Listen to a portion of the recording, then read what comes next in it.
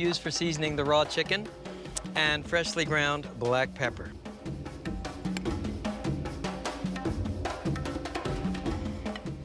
And in keeping with our Asian theme, you can serve the salad on a plate lined with a fresh banana leaf.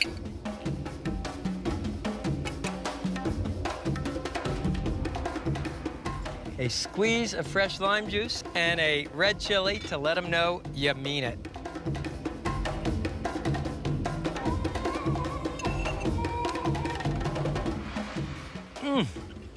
It's hot, it's smoky, it's tart. This salad has everything. This is one of my favorite dishes on Planet Barbecue.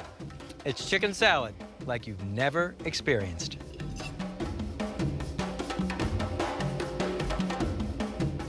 Thank you, everybody. Okay, let's clean it up. That's pretty good.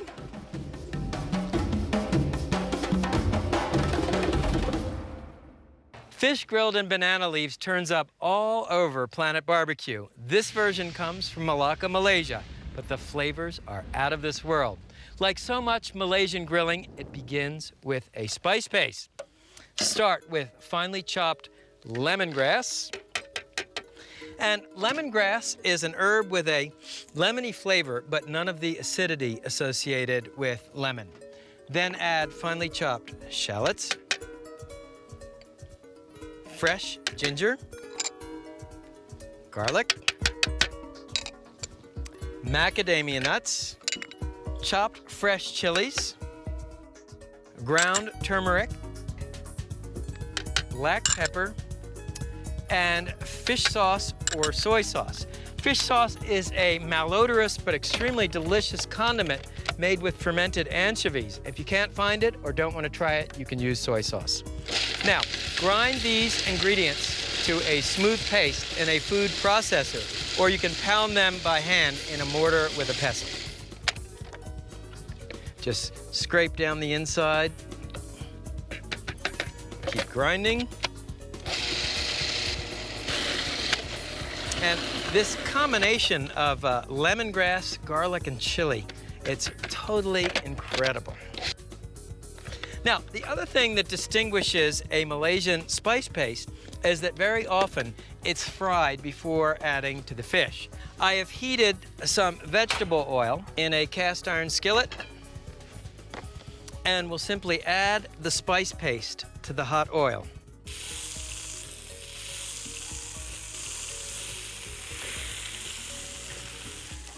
And it's nice to have a grill with a side burner for cooking the spice paste. Cooking time about 4 to 6 minutes. Here's a batch I made earlier. Okay, now this is a fresh banana leaf. You can find these at Asian markets. You can also order them by mail. And what you want to do is place a generous tablespoon of the spice paste in the center of the banana leaf. Then I'm using swordfish. In Southeast Asia, they often use grouper or skate. And you want to place another generous tablespoon of the spice paste on top. Then bring the bottom up, the top over, the right side in, then the left side in. To encase the fish in the banana leaf, it's a little like making a blintz. And secure the banana leaf with a bamboo skewer. So what if you can't find banana leaves? Well, you can use a high-tech banana leaf, a sheet of aluminum foil. So spread generous tablespoon of the spice paste on the foil, then add the fish, then more spice paste on top of the fish. Once again, fold over the bottom, then the top, then bring in the two sides. And here's your fish packet, ready for grilling. Set the grill up for direct grilling. Preheated it screaming hot. This is one case where you don't need to brush and oil the grill grate because you're grilling in the banana leaves. Now all you need to do is take the fish and arrange the packets on the grill.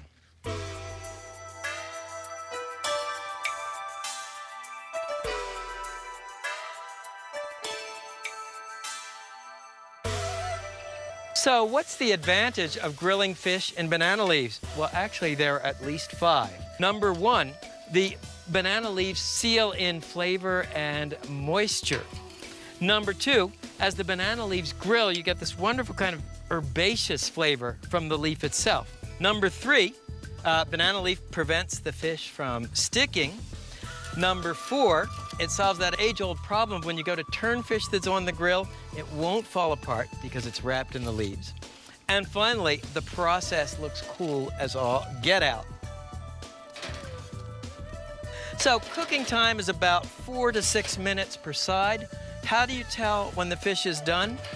Well, what you want to do is insert a metal skewer into the side of the fish, leave it in for about 10 or 15 seconds, and then take it out, and it should feel hot to the touch. Need a couple minutes more, so to speed up the cooking process, I'm simply going to close the grill.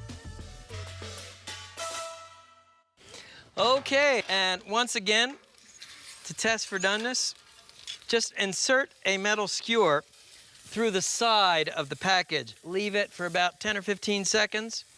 You can feel it. Hot to the touch. These guys are ready.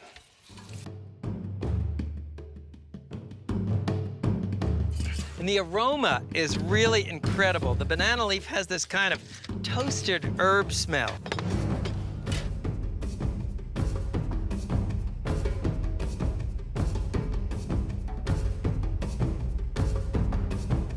And you can see they really are a thing of beauty. Now let's try one. And what I like to do is I serve them in the packet, let each guest pull out the toothpick, unwrap the fish. Oh man, that lemongrass really gives you a blast. Take a taste.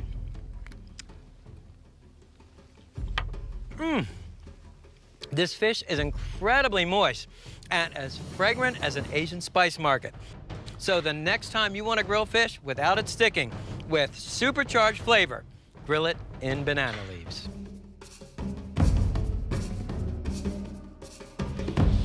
Grilled corn turns up all over Planet Barbecue. Whenever I see it, I screech to a halt to try it. Here's the Cambodian version, basted with coconut milk to accentuate the corn sweetness. Now, the first thing I want to do is show you how to set up the grill. I've lit natural lump charcoal in a chimney starter, and we'll just dump it out to form what I call a 2-zone fire. Now, 2-zone fire looks like this. Spread the coals out over 2/3 of the bottom grate. Leave the third closest to you coal-free. Then just place the grill grate on. The basting sauce is made with coconut milk. It's a heavy cream-like product made with grated fresh coconut. It's not the water inside the coconut. Start with 1/2 cup, and then either light brown sugar or palm sugar, salt, and in Cambodia, they would use an herb called pandanus leaf or pandan leaf. The closest equivalent in North America is bay leaf. Combine these ingredients together and place on the grill. You want to just stir and simmer the mixture until the sugar dissolves. Now, let me show you the corn. Take an ear of corn, and you want to cut off about the last 3/4 of an inch. Just peel back the husk, come over the end, but leave the husk attached to the base of the ear of the corn. Then strip off the silk, and you want to take one of the strips of corn husk and use it to tie off the remaining husks. What you're looking for is something like this. The last thing you need to do is tear a piece of foil, and then you want to prepare a grill shield. Now we're ready to grill the corn. Okay, and as always on Primal Grill, we start with a hot grill grate. You want to clean it, oil it with a folded paper towel dipped in oil.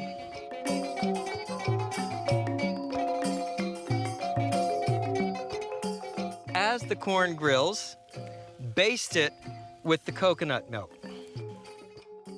So I discovered this grilled corn in the parking lot of the Angkor Wat Temple Complex in Siem Reap. Angkor Wat, of course, one of the marvels of ancient architecture. Leave it to me to wind up with the grill masters in the parking lot.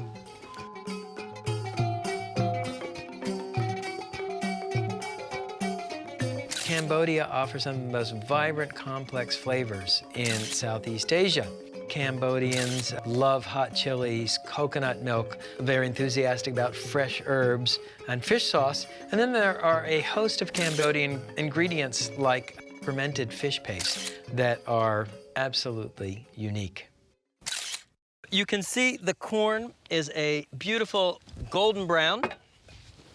And what you want to do is just place it on a platter. Cambodian grilled corn basted with coconut milk.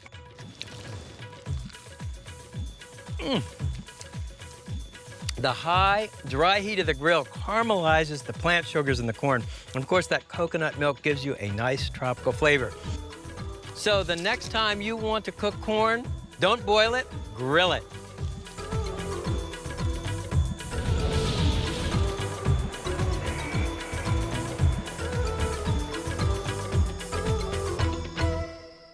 Satay plays the same role in Singapore as the hot dog does in the U.S., an iconic, affordable street food enjoyed by rich and poor alike. So to have your satay named the best in Singapore is a great honor, especially if you're a foreigner. I give you beef satay in the style of my chef son, Jake. The ideal steak for satay is ribeye, especially a nice fat ribeye. This fat will melt as the satays grill, keeping them moist and flavorful. Cut the steak into strips that are about 1 inch wide and 1/4 inch thick, then 1 inch square. The next step is to marinate the meat, and it starts with a sort of Asian rub: brown sugar, ground coriander, ground cumin, ground turmeric, black pepper. I'm going to stir the dry ingredients into the meat first. That way you get better crusting of the spices on the meat. Once the beef is thickly crusted with the spices, add the liquid ingredients, fish sauce made with fermented anchovies, you could also use soy sauce, and a little vegetable oil. For the best results, let the meat marinate for at least 4 hours. And here's a batch of beef that I marinated earlier. To form the satays, you want to thread the squares of beef onto bamboo skewers. And I like to leave about half the skewer exposed so you have a handle to pick it up with.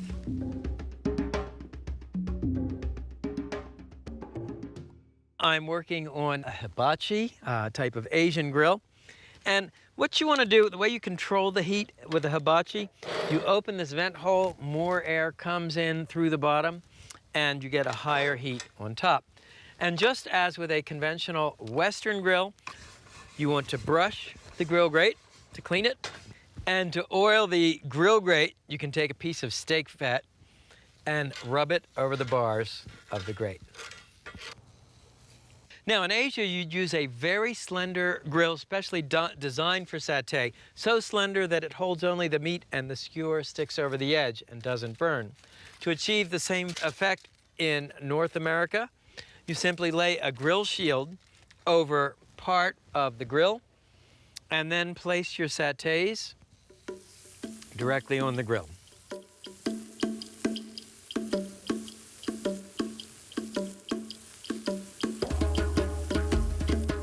The cooking time on the satays is quick. It's about 3 to 4 minutes per side.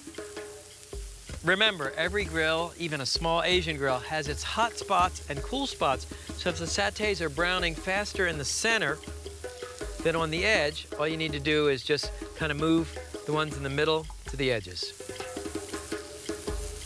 Once the satays are browned on one side, simply turn them over. And you can see how the melting fat makes the meat sizzle.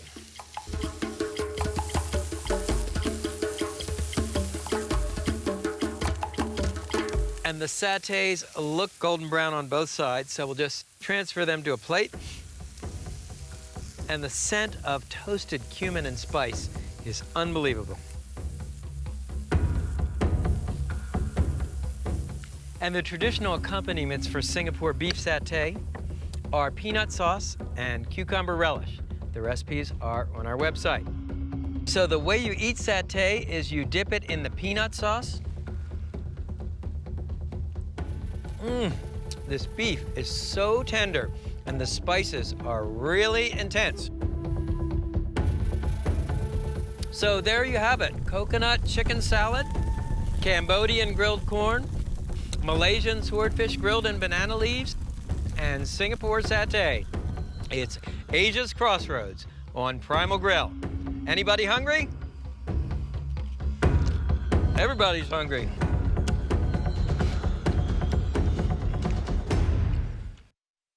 Shooting outdoors is a very different experience than shooting in a studio.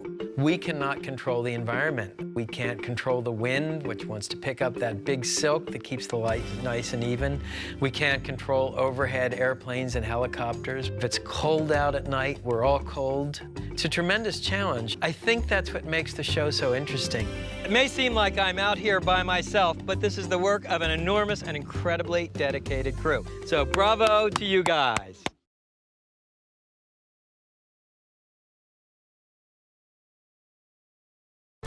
Smoked egg pate, Israeli egg salad like you've never tasted, Malaysian grilled tofu, bean curd even a carnivore will love, Thai grilled bananas, coconut caramel, and flame grilled fruit. From the beautiful Esplendor Resort in southern Arizona, I'm Stephen Reichlin. Today on Primal Grill, we're grilling vegetarian, heat without meat.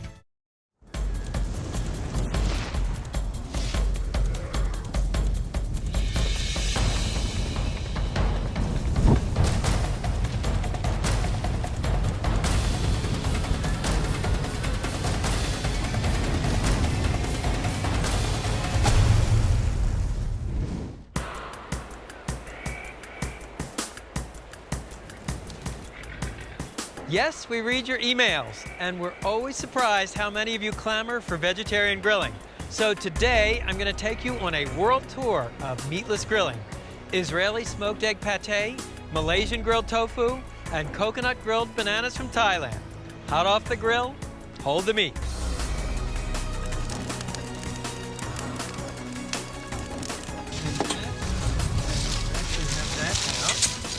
We ought to have a electric match. Do we have one of those? All right, guys, how our eggs come out? It's good. All right, you guys ready to nail this? Egg salad might be the last thing you'd think of preparing on the grill, unless you're the chef of the Auberge Shulamit. Smoked egg pate is the house specialty of this historic restaurant in Rosh Pinah, Israel. Here's how we prepare it on Primal Grill. First step, you need 6 hard-boiled eggs, cooking time about 11 minutes. Next step, let me show you how to turn your charcoal grill into a smoker. It's easier to smoke the eggs on a charcoal grill than on a gas grill. I like to use natural lump charcoal. You can see the jagged shape. To light it, you use a chimney starter. That's this cylindrical shaped device. You place a piece of crumpled newspaper or a paraffin starter at the bottom. And always light your chimney on the grill using a butane match and light it. The beauty of a chimney starter is that it funnels the heat upwards so that the charcoal lights uniformly without lighter fluid. And I have a batch of charcoal I lit earlier. What you want to do is set up your grill for indirect grilling. That means that you dump the lit coals in these side baskets. And you leave the center of the grill coal-free. Now, simply place the grate on the grill, and the eggs go on the grate, away from the heat.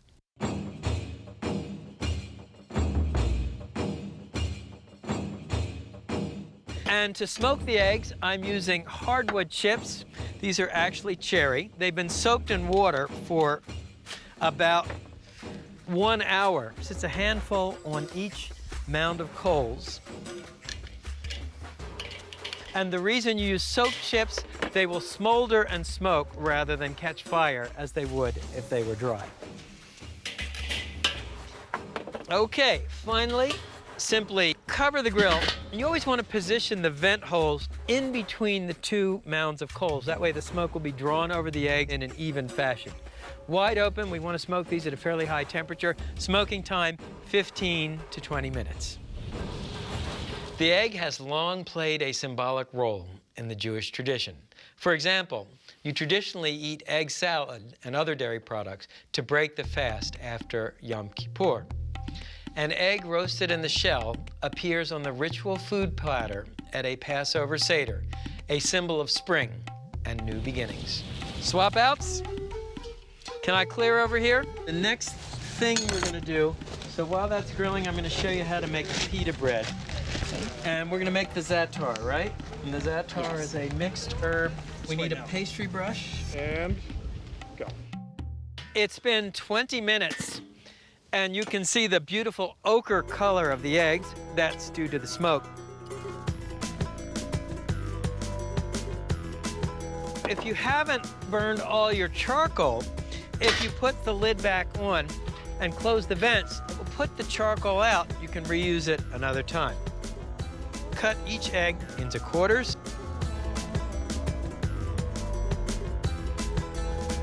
Next, transfer the eggs to a food processor. The Auberge Shulamit is a wonderful restaurant and inn located in an artist town in the north of Israel called Rosh Pinah, and it actually overlooks the Sea of Galilee. So once you have the eggs in, we'll add mayonnaise. It's about 1 tablespoon per egg. And then a little salt, a little freshly ground black pepper, and a few tears of fresh lemon juice. Squeeze the lemon between your fingers to catch any seeds. And you want to puree the pate, running the processor in short bursts. And of course, your most important tools are your taste buds, so taste it right on the money. Smoked foods are something of a specialty at the Auberge Shulamit, and it's a very interesting story. One of the owners of the restaurant had a friend who came from the United States and demonstrated the art of Southern-style American smoking. And at the restaurant, you'll find smoked egg pate, smoked chicken, and even smoked goose breast. And the last step, just a little chopped fresh flat leaf parsley. And to serve with the smoked egg pate, another Israeli specialty, pita bread grilled with za'atar. So to grill the pita bread, you're going to use a different setup, direct grilling in a 3-zone fire. Here's what you do. Dump out the coals in a thick layer over 1/3 of the grill, slightly thinner layer in the center. Just adjust the coals like this. You want to leave 1/3 of your grill coal-free. Now, what's the reason for that? I call this the safety zone. Pita bread has a tendency to burn very easily. So by leaving yourself a safety zone, if it starts to burn, you can move it to the cooler part of the grill. Next step is to make the za'atar. And za'atar is a sort of a rub, a Middle Eastern rub. Every recipe is different. Mine consists of equal parts oregano, marjoram, thyme, toasted sesame seeds, and finally a little salt for flavor. And as you've seen me do before, I like to mix the ingredients for the rub with my fingers. That way, if there are any lumps, you can break them up. Now for the pita breads, spread the pita out and brush the bottoms with extra virgin olive oil.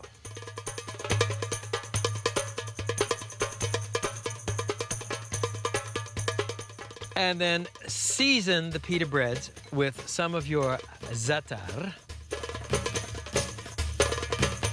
Za'atar is used as a seasoning throughout the Middle and Near East. And as always, remember to brush and oil your grill grate. Couple swipes of a metal grill brush. And to oil the grate, dip either a folded paper towel or this cotton cloth in vegetable oil and run it across the bars of the grate. This will keep the pita from sticking. Now, simply arrange the pita bread on the grill. Cooking time is quick, 30 seconds max per side. Remember, the grill was the original toaster. And you want to keep the pita breads moving.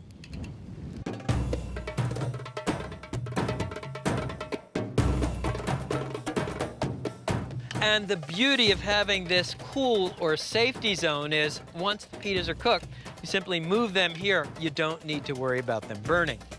Now you can see I actually did burn the edge a little bit on this pita. I'm not worried. Remember, the act of grilling, it's sort of a ballet between cooking and burning, and right at that caramelized edge, that's where all the flavor is.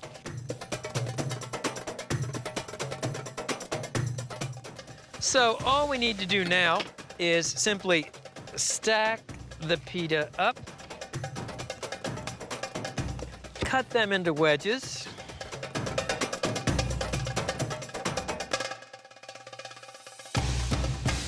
man, I can't wait to try this.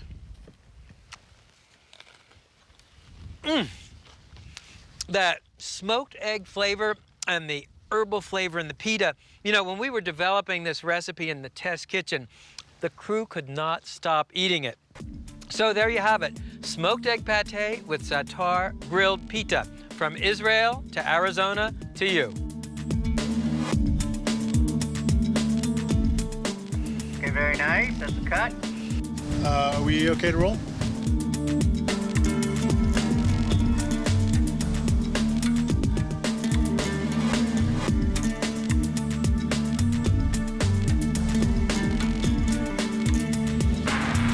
Why is grilled tofu so popular in Asia? Well, first of all, remember, bean curd was invented here in China. And then there's what I call the blank canvas syndrome. Tofu by itself is a highly efficient form of protein, but it's rather bland. It's a perfect foil for whatever flavors the grill master wants to bring to it. Sure, okay, great. So we have our tofu here, then we cut.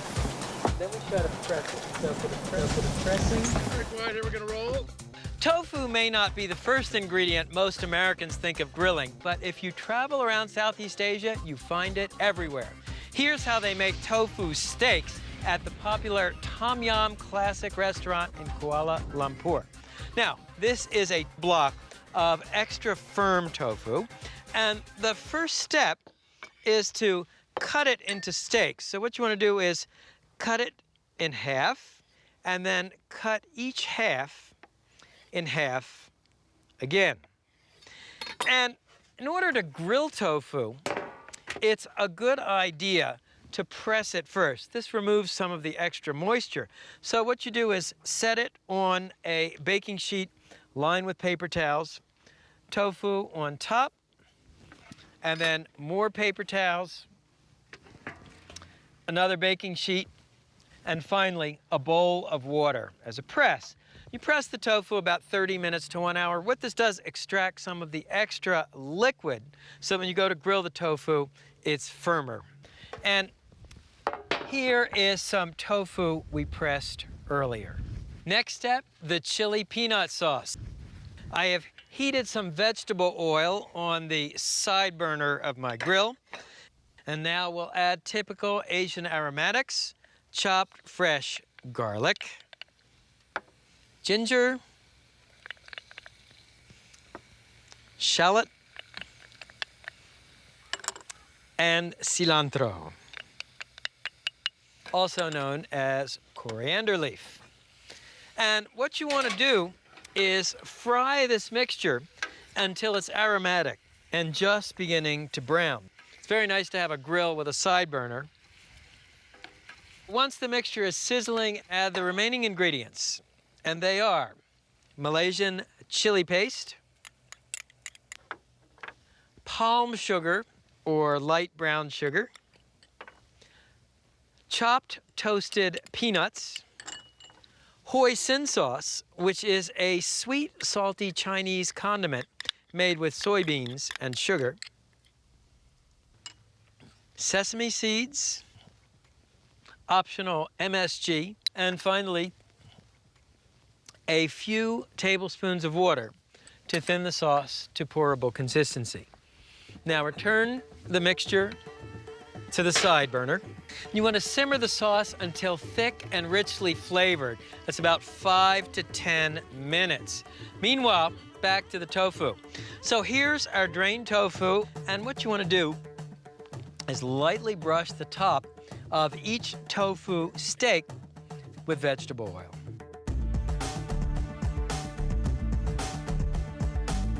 We'll brush the other side when the tofu's on the grill. So let's take a look at the sauce.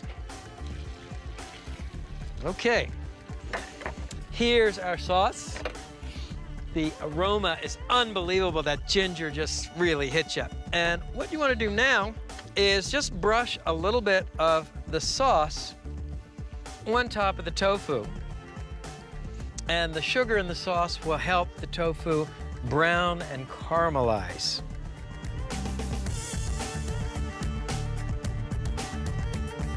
What I love about Asian grilling is that the flavors are so dynamic and explosive. So finally, the grill. Now, I preheated the grill to screaming hot. We'll arrange the tofu pieces on the grill, and so we'll turn the oiled side down.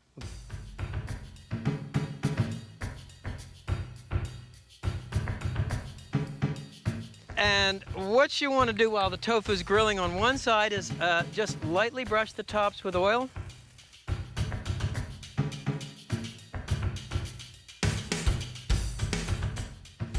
And again, with a little bit more of your sauce.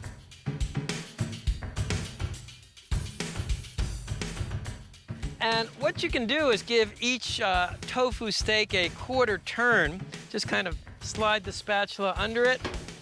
The idea here is we want to lay on a crosshatch of grill marks.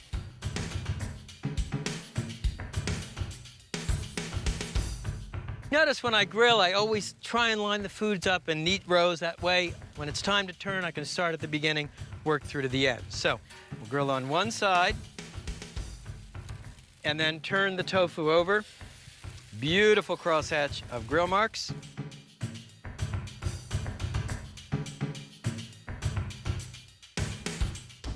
And you can brush the tops of the tofu, a little bit more sauce for extra color and flavor. A lot of you ask how I come up with all of these recipes. Well, the simple answer is I travel. I spend about 4 to 5 months a year on the road. In the last 3 years, I have visited 53 countries in the dogged pursuit of the best of the world's grilling. Total cooking time is really quick. It's about 4 minutes per side. You do that half turn after 2 minutes. Remember that tofu is cooked when it comes out of the package. So really what you're just trying to do is caramelize the surface. Give it those great grill marks and extra flavor. You may wonder why I'm using a spatula and not tongs. Well, tofu is fragile, and the spatula helps it hold together. Okay, very nice. That's a cut. When the tofu is brown, it is done.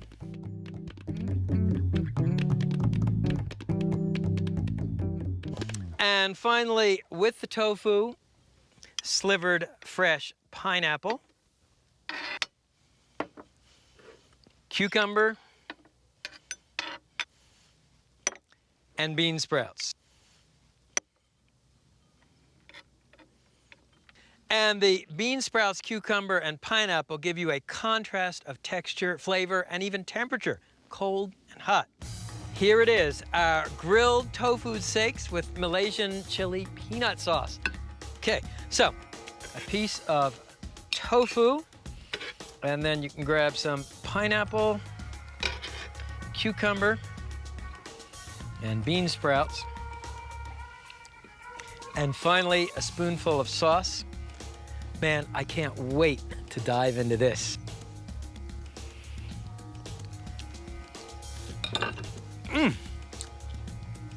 The tofu is utterly transformed. It's got the crust on the tofu, that sweet pepper sauce. It's really fantastic. So, there you have it. Malaysian tofu steak, chili peanut sauce, gives you a whole new perspective on bean curd.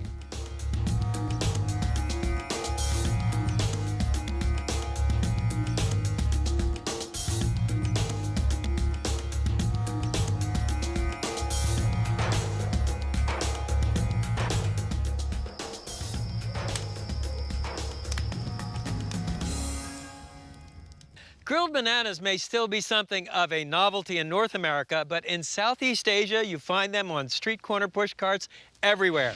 Tonight, grilled bananas Thai style, basted with coconut caramel sauce.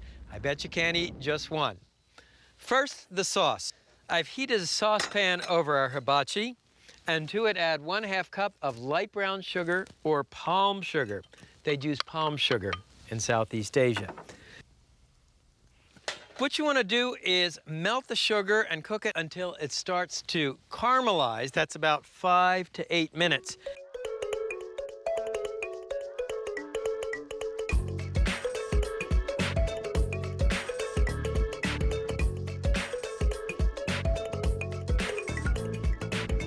Add your coconut milk, and the mixture may hiss and sputter.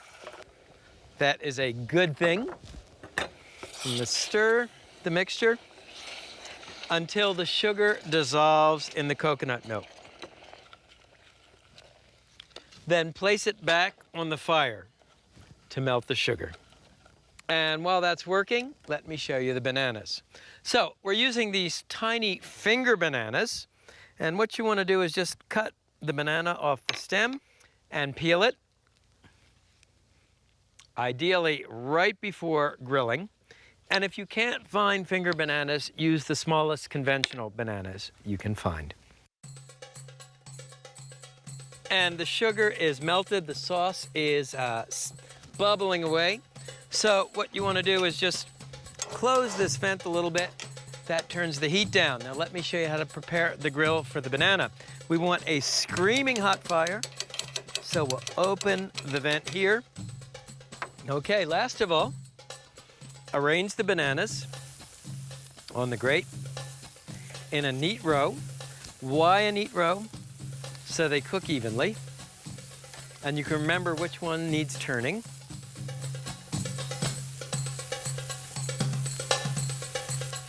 This recipe was inspired by a street vendor who grills off of a pushcart behind the Thai Orchid Sheraton Hotel in Bangkok.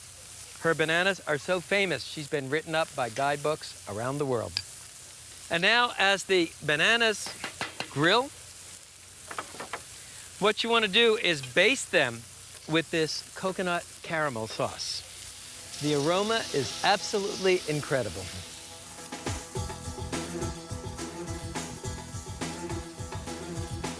And if the heat gets too hot, simply close down this damper. And the beauty of these finger bananas is they're supernaturally fruity and sweet. When the bananas are golden brown, they're done. It's really quick. So here are your grilled bananas, and you can just take a little bit more of the coconut caramel sauce and spoon it over the bananas and serve the remaining sauce on the side. And there you have it, Thai grilled bananas with coconut caramel. Let's see how we did. This is like banana coconut candy.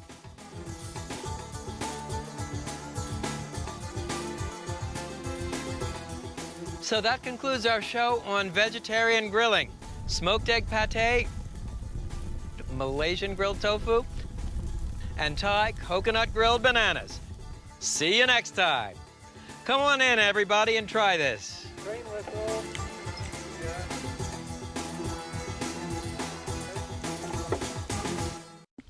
Thai coconut grilled bananas. Hot off the grill.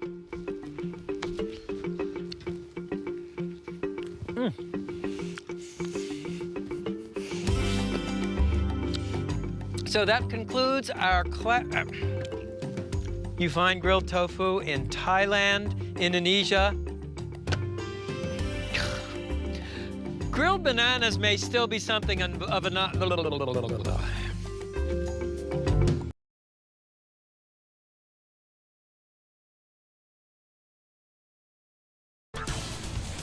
Victor's grilled shrimp. Offbeat technique, amazing results. Salt grilled rib steak, beef and salt. Simplicity raised to an art form. Crema catalana. Creme brulee cooked the old-fashioned way with a fire-heated iron. From the picturesque Esplendor Resort in southern Arizona, I'm Stephen Reichlin. Today, it's Spanish smoke and fire.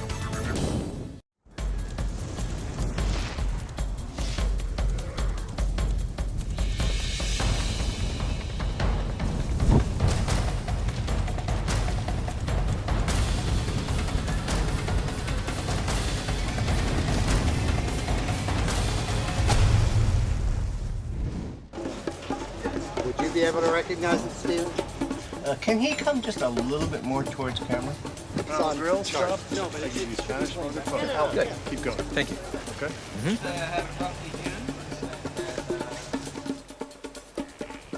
Spanish barbecue has 1 foot in the Stone Age and 1 foot in the Space Age. Caveman-style grilling like flame-charred leeks and steaks grilled under a finger-thick crust of sea salt. Futuristic grilling with flavoring shot from spray bottles. Today, on Primal Grill, I give you Spanish smoke and fire.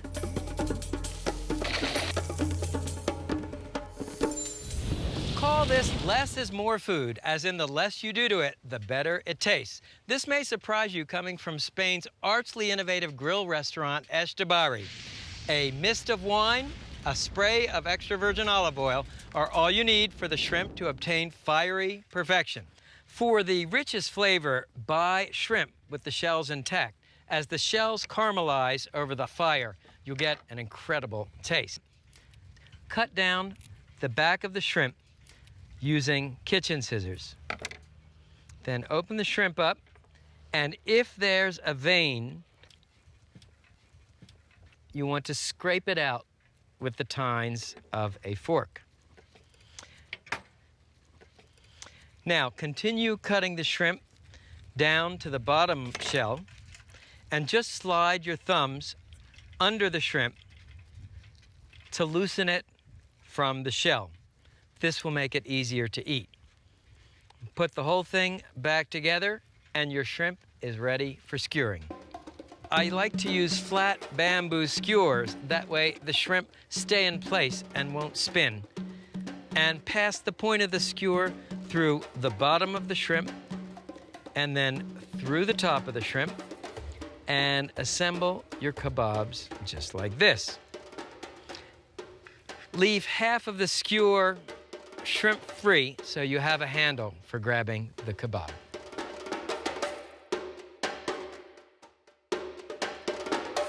So we're working with natural lump charcoal. You can see the shape of the original branch.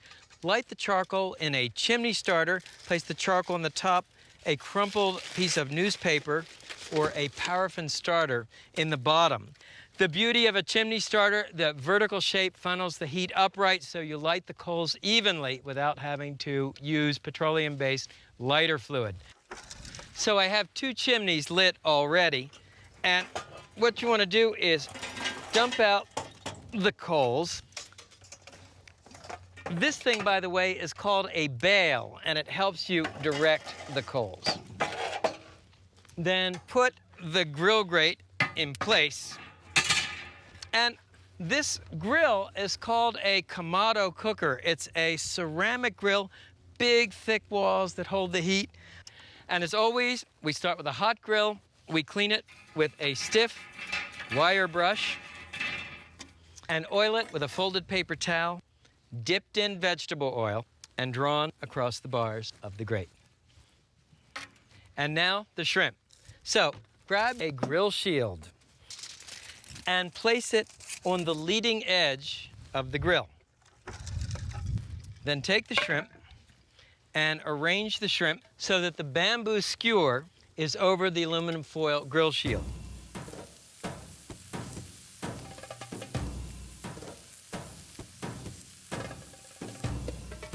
Now the cool part. First, mist the shrimp with dry white wine from a spray bottle.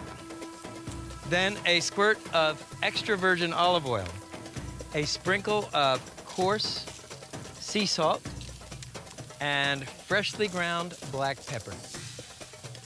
The cooking time is quick, a minute or two per side. So simply turn the shrimp. You get this really amazing fragrance from the roasted shrimp shell.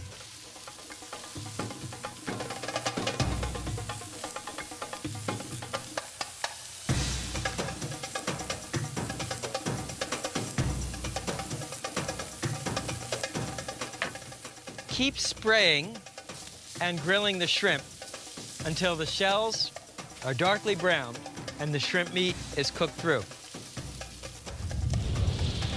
Remember, olive oil is very much like wine. It has what the French call the goût du terroir, the taste of the earth. And a Spanish olive oil will taste very different than a French oil or an Italian oil. Since this is a Spanish dish, you are best served by using a Spanish olive oil. And if some of the shells start to burn before the remaining shrimp are cooked, simply pull them onto the grill shield where it's cooler. Finally, to test for doneness, use the pinch test. You want to squeeze the shrimp. If they feel firm to the touch and the flesh is white, the shrimp are cooked. And I'll serve the shrimp on a cast iron griddle, reminiscent of a Spanish plancha.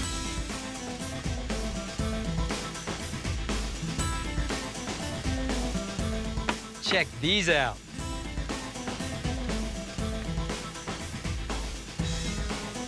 Just want to sort of peel the shell off the shrimp. It's really nice. The wine goes great with the smoky scent from the shrimp shells. Shrimp grilled with wine and sea salt, because sometimes when you're grilling, the less you do, the better it tastes.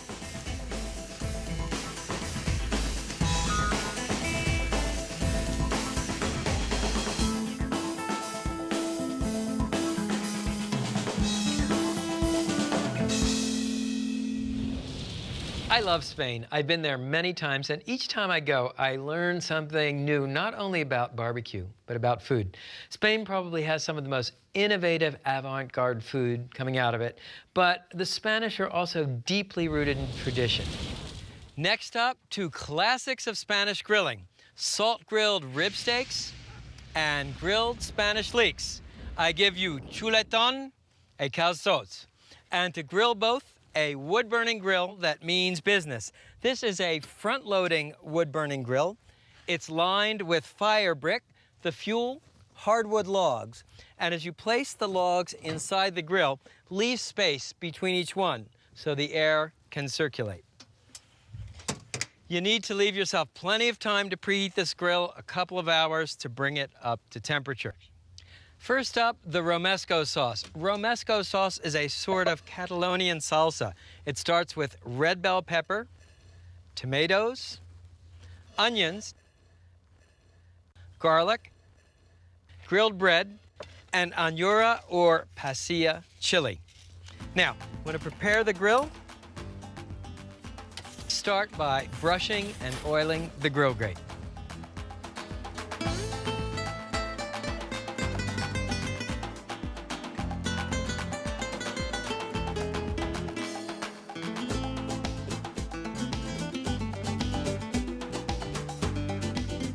Grilling time on the chili, real quick, 10 to 15 seconds per side. You can see it sort of puffs up and smokes. Grill the bread until darkly brown on both sides. Keep the tomatoes and peppers turning. The idea is to blister the skins over the wood fire.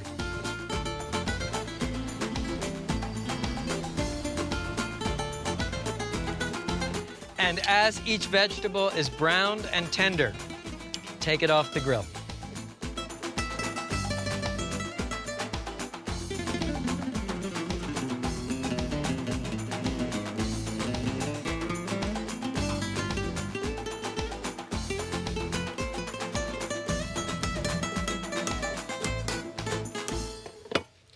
Soak the pasilla chili in water to soften it. This is what it looks like. And you want to cut it open and scrape out the seeds.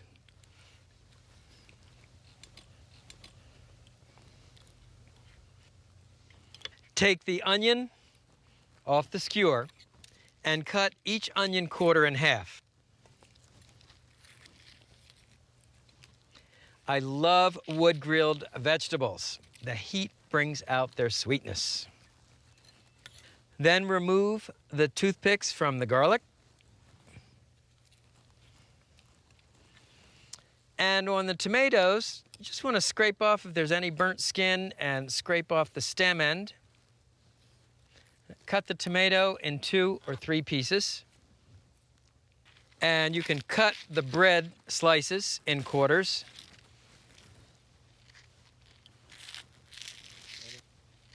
And finally, scrape any really burnt skin off the peppers. You can leave a few little bits for color. Cut the pepper open. Scrape out any seeds. Next, place the wood-grilled vegetables and bread in the food processor.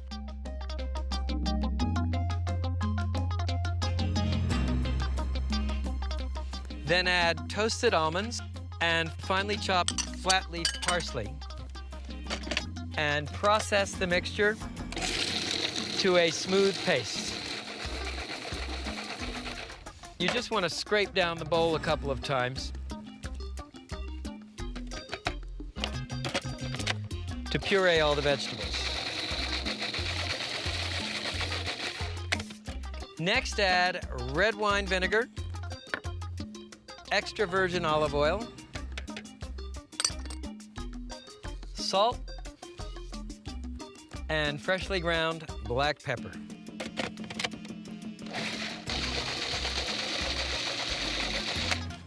Now transfer the romesco sauce to a serving bowl.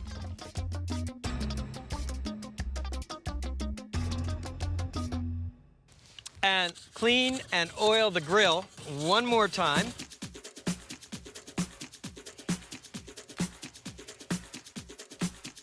And now the fun part, grilling the steaks. These are beautiful rib steaks, each one about 2 inches thick and certainly more than a pound. So lay the rib steaks on the grill, all going the same direction. I said these were salt grilled, and I meant it. On top of each rib steak, place a good handful of sea salt.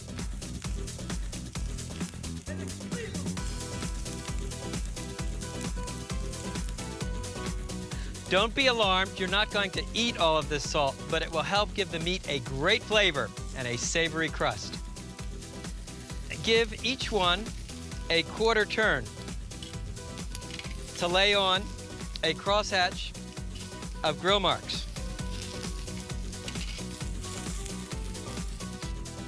And while you're at it, grill the calzotes, the green onions.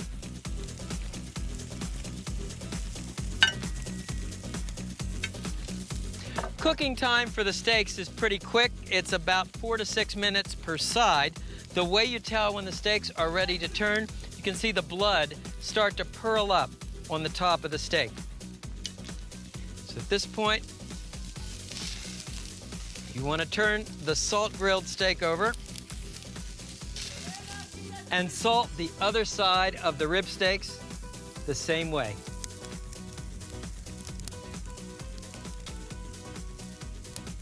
And don't forget to turn the calzotes. They should be darkly brown on all sides.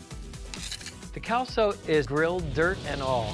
What you do is you extract the sweet, smoky onion from the dirt and the roots and dip it in romesco sauce, which is a grilled vegetable and nut sauce.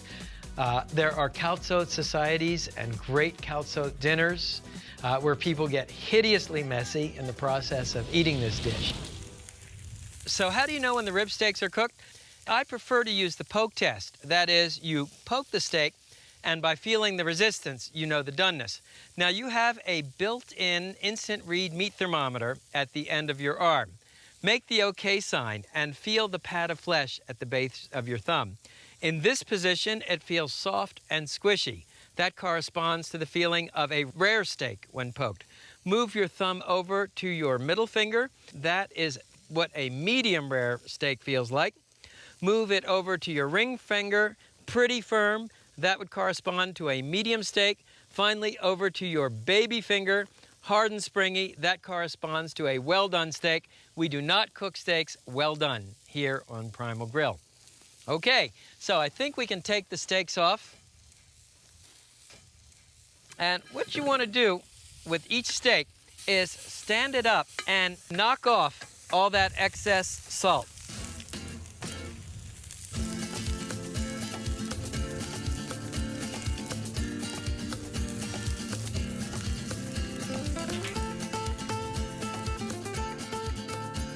Salt grilled rib steaks with calzotes and romesco sauce. Let's see how we did.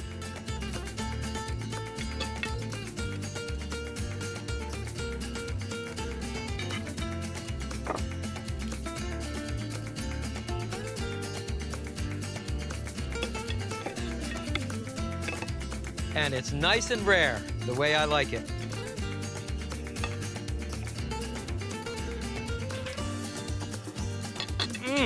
It's incredibly flavorful and not the least bit over-salted. Let's try the calzotes. Now in Spain, you'd eat these with your fingers. Very messy process.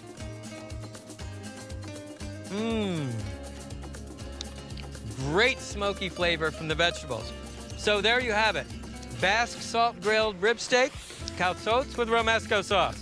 It's an apotheosis of smoke and fire.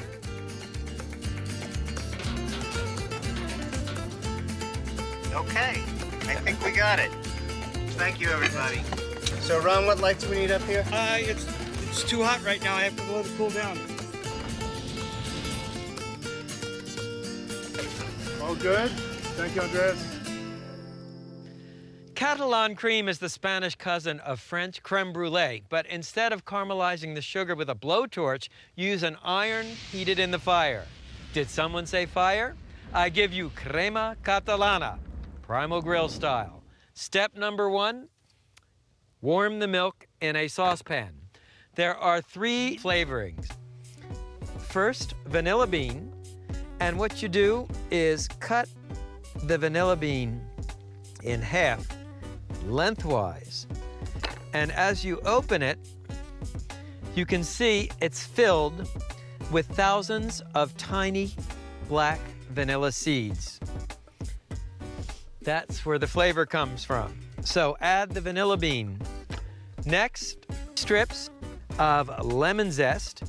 That is the oil-rich outer rind of the lemon. And finally, a couple of cinnamon sticks. Now return the milk to the fire and bring it to a gentle simmer. Meanwhile, let me show you how to make the custard. To 12 egg yolks, add granulated sugar and cornstarch. Whisk the mixture until smooth.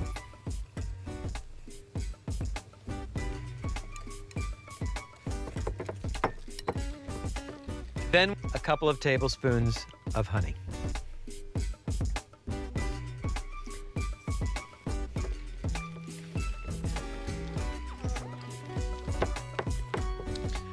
Once your milk is scalded, add it little by little to the custard mixture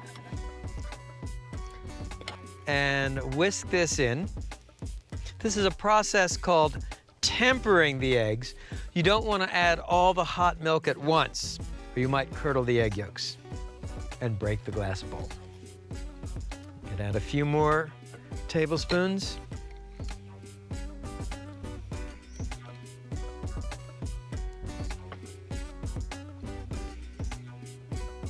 And finally, once the egg yolks are tempered, you can pour the remaining hot milk through a sieve.